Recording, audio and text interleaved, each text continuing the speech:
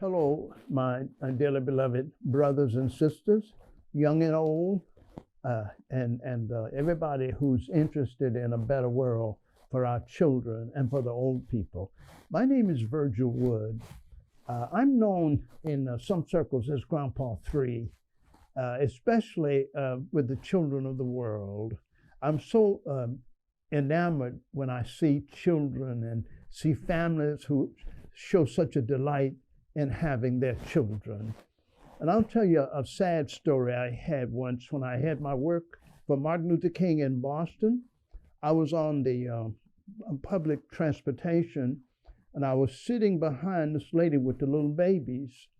I was the pastoral director of an inner city demonstration parish called Blue Hill Christian Center and Parish, to which my wife and I and our family were engaged for 10 years. And during that time, I was head organizer of Martin Luther King's work in Boston. I was the organizer of Leon Sullivan's Opportunities Industrialization work in Boston, which now becomes the way we save public education. The way we save public education in America, especially for communities where people have given up on successfully educating our children. We now have a way to rescue those children and their families, and part of it is based on the work of Martin Luther King, a man named Samuel Proctor, who was my mentor and my wife's mentor as well, and Leon Howard Sullivan, the founder of Opportunities Industrialization Centers, OIC. Those three things, plus something called Progressive National Baptist Convention, all of those were formed in the 60s, that is, SCLC was formed in the 50s, as you know, in 57, following the 55 success of the Montgomery bus boycott.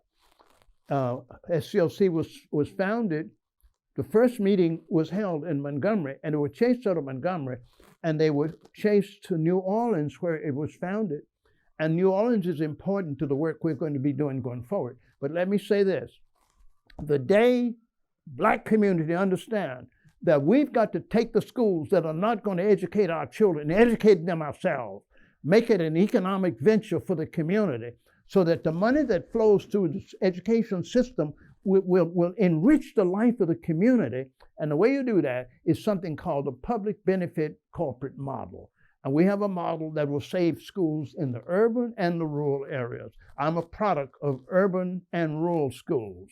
And we have an organization, a business organization that's prepared to help these schools become effective livelihood development for the children by day and livelihood development for the parents by night. May I tell you, first of all, that here's a book that has been authored by some young scholars out of Stanford University.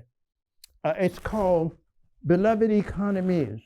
If you go to the website called belovedeconomies.com, you will see the story of this. You will see how they collaborated with over 60 entities, operations that are doing some part of this. And they got them to share their story, and they found me and asked me to share my story. And guess what? They have made me the chief collaborator of this thing. I am so excited. Beloved Economies says that every family can be a beloved economy. I grew up in a beloved economy. And there isn't time to go into my story except to tell you that I grew up 2 minutes from the church that nurtured me for the first 17 years of my life. And across the street immediately from that was a 2-room schoolhouse, 1 teacher and 6 grades. The Hillsborough Elementary School, a Julius Rosenwald school. Those who know the story of Julius Rosenwald will know my story.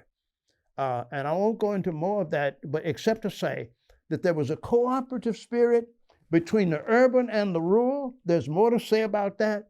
And at the end of April this year, you will be able to be a part of the launching of the Greater Houston Total Transformation Zone. It builds partly on the Harlem Children's Zone, but it's much more complex than that, and people will have a chance to be a part of that.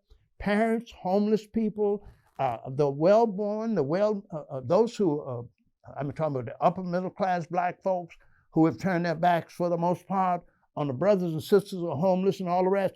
All of us going to work together as one family. We're going to do it in the ghettos, the barrios, and Appalachia, and we're going to serve notice on those who have abandoned the white poor, that Martin Luther King cared for you and your children as much as he did for his own, and he said so. That last speech in Memphis, he said so. That's what this is about. I encourage you to go on Amazon and get this book. Get a copy for your family.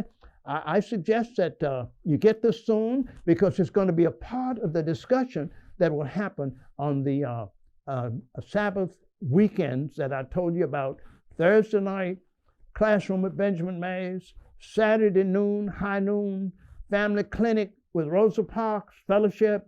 And Sunday evening, Vespers, cathedral and chapel with Martin Luther King. And that's part of the resource that you will have, this one right here. The second thing I want to tell you about is called Jubilee. America prides itself on the Liberty Bell. The Jubilee scripture is on the Liberty Bell. And what it says is, proclaim liberty throughout the land unto all the inhabitants thereof. It shall be unto you a jubilee.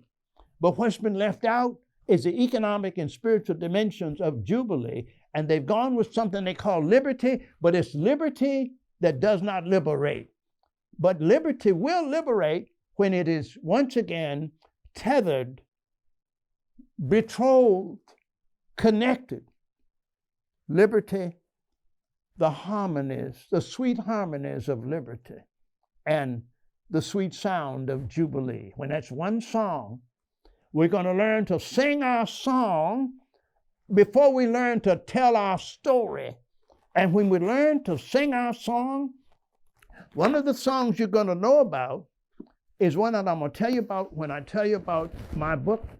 It's kind of my first memoir with Martin Luther King. You may have seen this already. It's been out now since 2002. It's gone through iterations and version change. This one is a classroom text on reconciliation jubilee. And I'm prepared to put these in schools where the children can't afford them. We're going to talk with school systems who want them. If school systems request this book, it's called Project Jubilee 1865. And there's time to talk about this later, but this book you can get right now in two versions. One version is the discussion version. It's a smaller book, 200 and some pages, but this classroom version is 400 and some pages, and it's the classroom version of Reconciliation Jubilee. And finally, I want to say that all three of these are available right now on Amazon, and where people can't afford them, we're going to find a way to put them in people's hands, and particularly within prisons, because part of JNC, Jubilee National Collaborative work, is to turn prisons into universities. Malcolm showed us how to do this. People don't know that Malcolm had about 3 PhDs, got them through the University of Hard Knocks. And Malcolm, Dr. Malcolm and Dr. Martin, we must hear them. Black America, white America, red, yellow, brown America. Hear Dr. Martin Luther King, Jr. and Sr. Hear Dr. Malcolm X, whose academic preparation was behind bars, who turned prisons into universities. We must do that now. We must turn women's prisons into universities and bring those mothers out so they can reunite with their babies. And we know how to do it. And we have 2 women's prisons in 2 different states right now that we're working on, and we're prepared to share more in the next 10 days about those 2. And then we're working with about 7 prisons, including Angola, the largest, most violent, maximum security prison on the planet, sitting on 18,000 acres of land, where a theological school went in some few years ago and started training these brothers in the version of religion where Yeshua is allowed to remain anonymous. But the deeds of Yeshua, we call it Yeshua Kosher Jubilee. There's more to say about that. This summer there will be intensive workshops.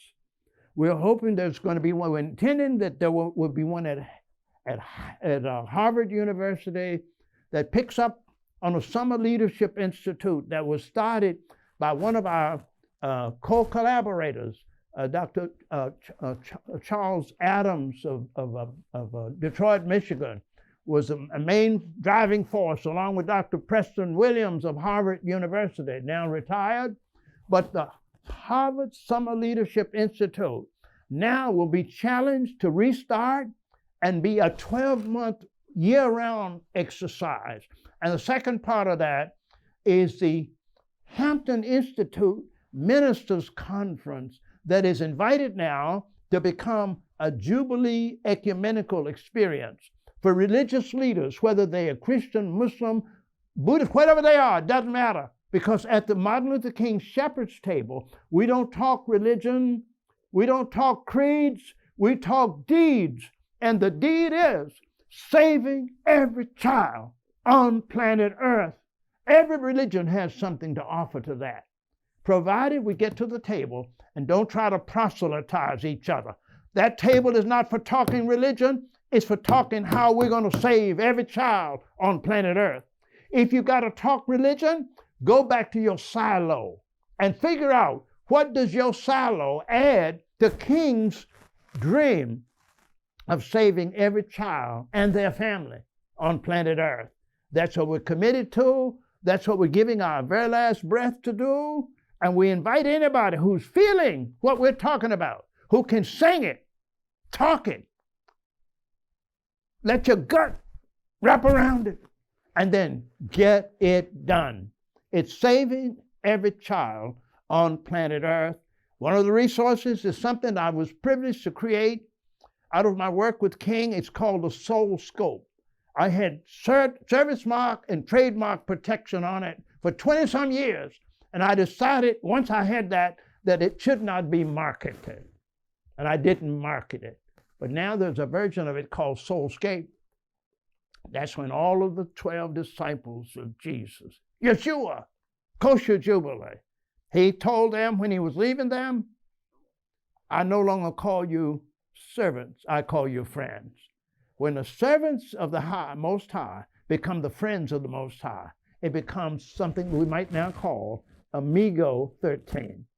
Houston has known something called Amigo 3, a wonderful work that one of the great spirits of our time, who was a friend of Martin Luther King as well as myself, Pastor William A. Lawson, founder of Wheeler Avenue Baptist Church, one that I've been privileged to be a member of, which has custody now of the only Martin Luther King community center that was founded the night that Martin was killed.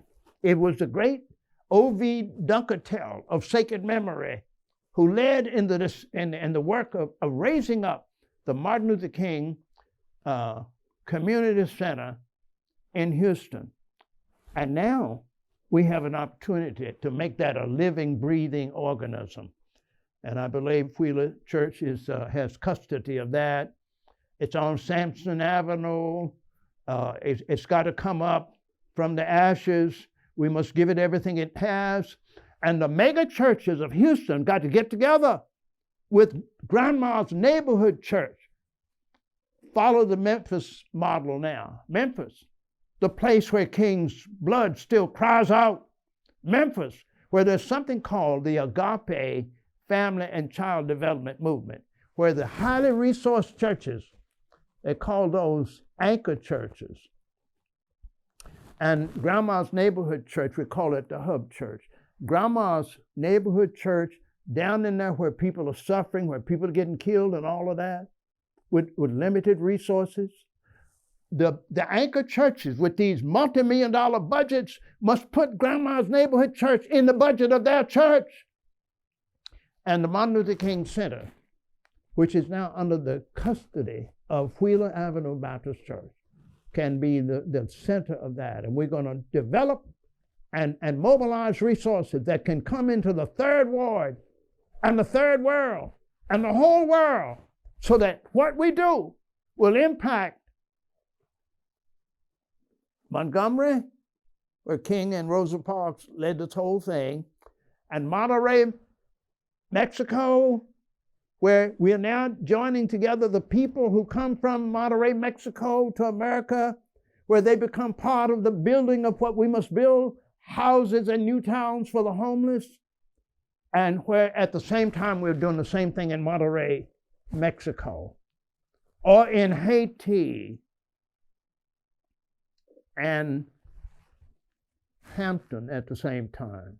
What we're building in Hampton for the homeless and the retired families and young families who can't stay together because the economics don't yet work for them. They'll be able to get housing, those three populations, the towns that we're going to build. And on Martin Luther King Boulevard, that runs into the heart of the third ward, that boulevard must now be extended so that Cottingham becomes part of that boulevard, and the boulevard be renamed the Martin Luther King Memorial Boulevard. And the New Jubilee collaborative with the Greater Houston Total Transformation Zone will take responsibility that anybody who lives on that spine, that 10-mile spine from the campus of University of Houston all the way to Highway 8, Turnpike 8, 10 plus miles, now becomes a Martin Luther King Memorial Boulevard. And whatever it takes to transform everything on that boulevard. And I want to do a shout out for another one of those who's going to receive the Rosa Parks Nobility of Service Award, the one whose family has underwritten the medical school on the Martin Luther King Boulevard, Mr. Tillman Fertitta and his family. These are the people, because Wall Street and the back streets are now getting together. And Zacchaeus and the crazy man in the cemetery have become partners in healing and saving the soul of America. Long live USA. Long live the United States of America. And long live Ubuntu, Sankofa, Ashe, USA. God bless you. Thank you.